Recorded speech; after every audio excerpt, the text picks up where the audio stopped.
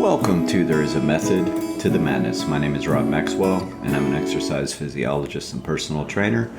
I'm the owner of Maxwell's Fitness Programs, and I've been in business since 1994. Purpose of these podcasts is to educate you on what science really says about health and fitness and what you should simply ignore. Let's focus on the real methods and not the madness. Let me thank our very first and great real estate sponsors, Jonathan and Lyn Gildon of the Gildon Group at Realty Pros. And look, they're simply the best. They do commercial and residential real estate. I follow them on social media. They're constantly selling things and they're always advertising. And I know from experience that when you're listing your house, you want somebody that really gets that house out there. And I've had some agents that don't. These guys do. I will put their information in the show notes.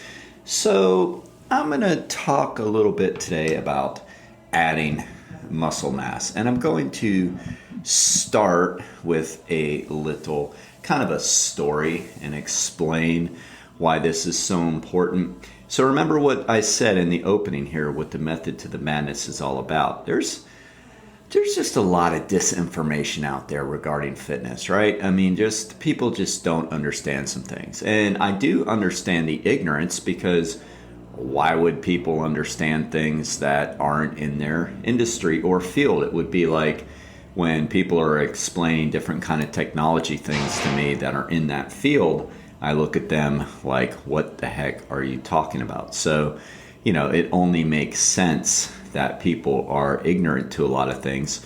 I don't like the professionals, though, or they claim to be professionals, that are telling people things that simply aren't true. All right? So, I don't know. I have like two pet peeves in the fitness industry that have maybe bothered me the most throughout my career.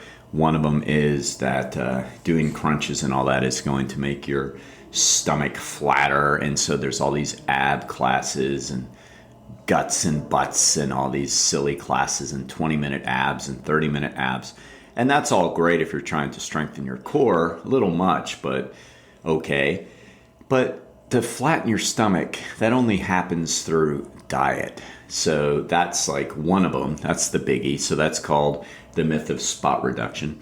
And another one, I believe, that's right up there. I don't know. It's trying to figure out which one bugs me more. I think this one does, actually, but it's the fear of getting big. And that comes a lot from women. And I totally understand it. The fear doesn't bug me so much, because everybody has a preference as to what they want their body type to be. Of course, men too, women. I mean, whatever floats your boat, whatever you think is the ideal look for you is what you should go for. So I absolutely understand that. What I don't like is the silly myths or disinformation that's been around for so long about how just simply lifting weights is going to do that, when it really comes down to largely genetics. All right, so I'm going to tell a brief, I think, funny story that kind of summarizes it almost better than I can with the science. It was years ago. I think I was in my very late teens, maybe early 20s, and I was working out at a little tiny gym in New Smyrna. It was a hole-in-the-wall place, but I say that with love. I mean, I love the place. It was just, tiny little musclehead style gym, and I worked out there for many, many years. And this is at the point when I was doing pretty well, with weightlifting and bodybuilding and stuff. So I was, one of the bigger guys in the gym or whatever. And there was a guy, and I won't say his name to protect people, because who knows, people that listen to this have known me a long time, and I don't want to throw anybody under the bus. And but he was a really big guy in town. He was a big cheese as far as lifting weights goes and all that kind of stuff. And he at the time, I wouldn't say he was the most stable person in the world. Everybody kind of stayed away from him because he could get a little crazy.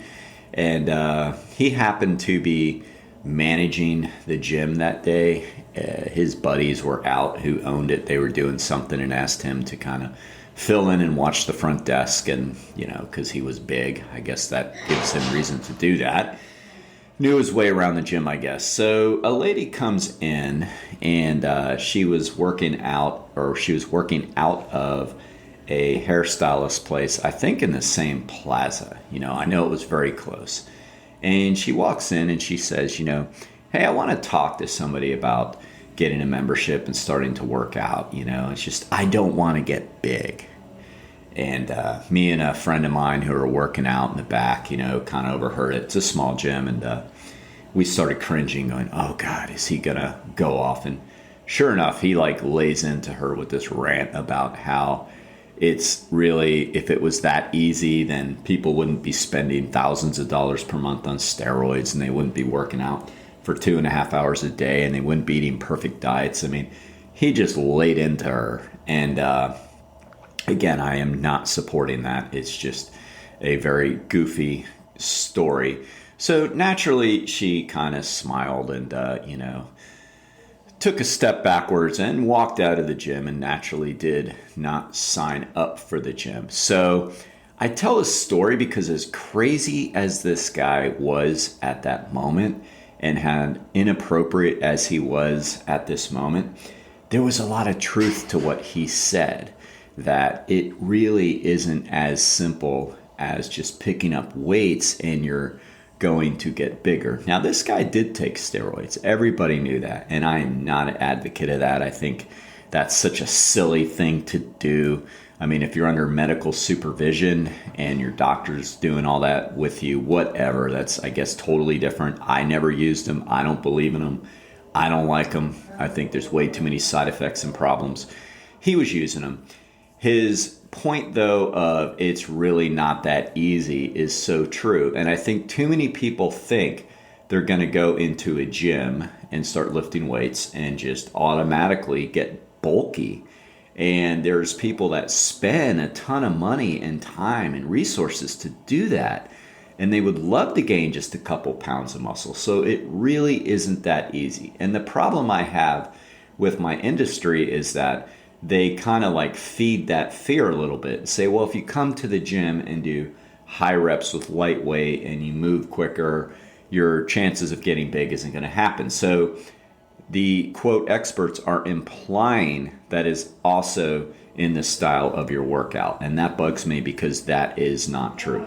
If you have the genetics to get big, whether you're a man or a woman, if you have the genetics to hypertrophy and add large muscles, and it's very different for everybody, then you're going to, no matter what style of workout you do, if you just did calisthenics and cut lawns, you're going to get big.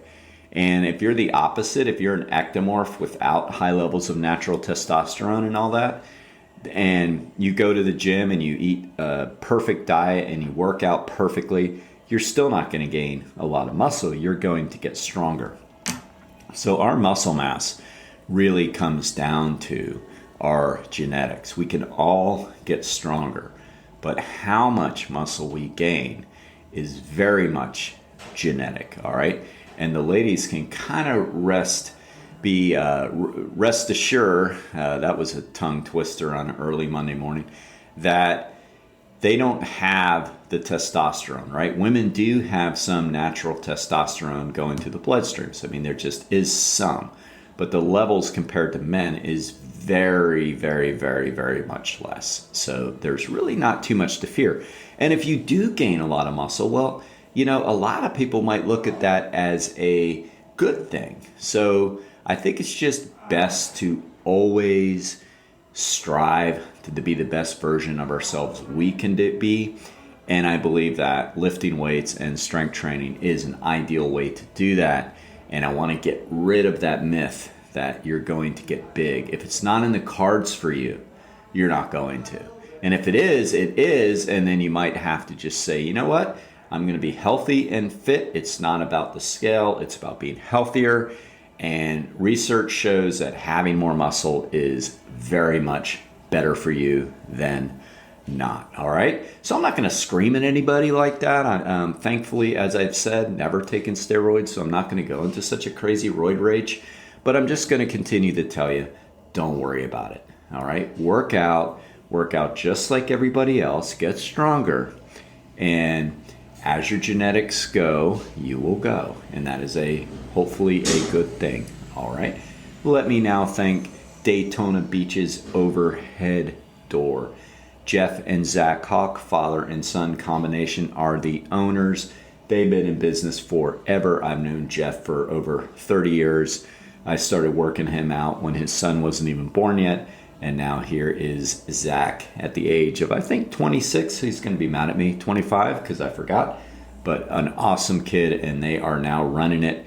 And they are simply the best garage door company in town, in the area, I'd say the state. All right? I will put their information in the show notes as well. Until next time, be Max Fit and be Max Well.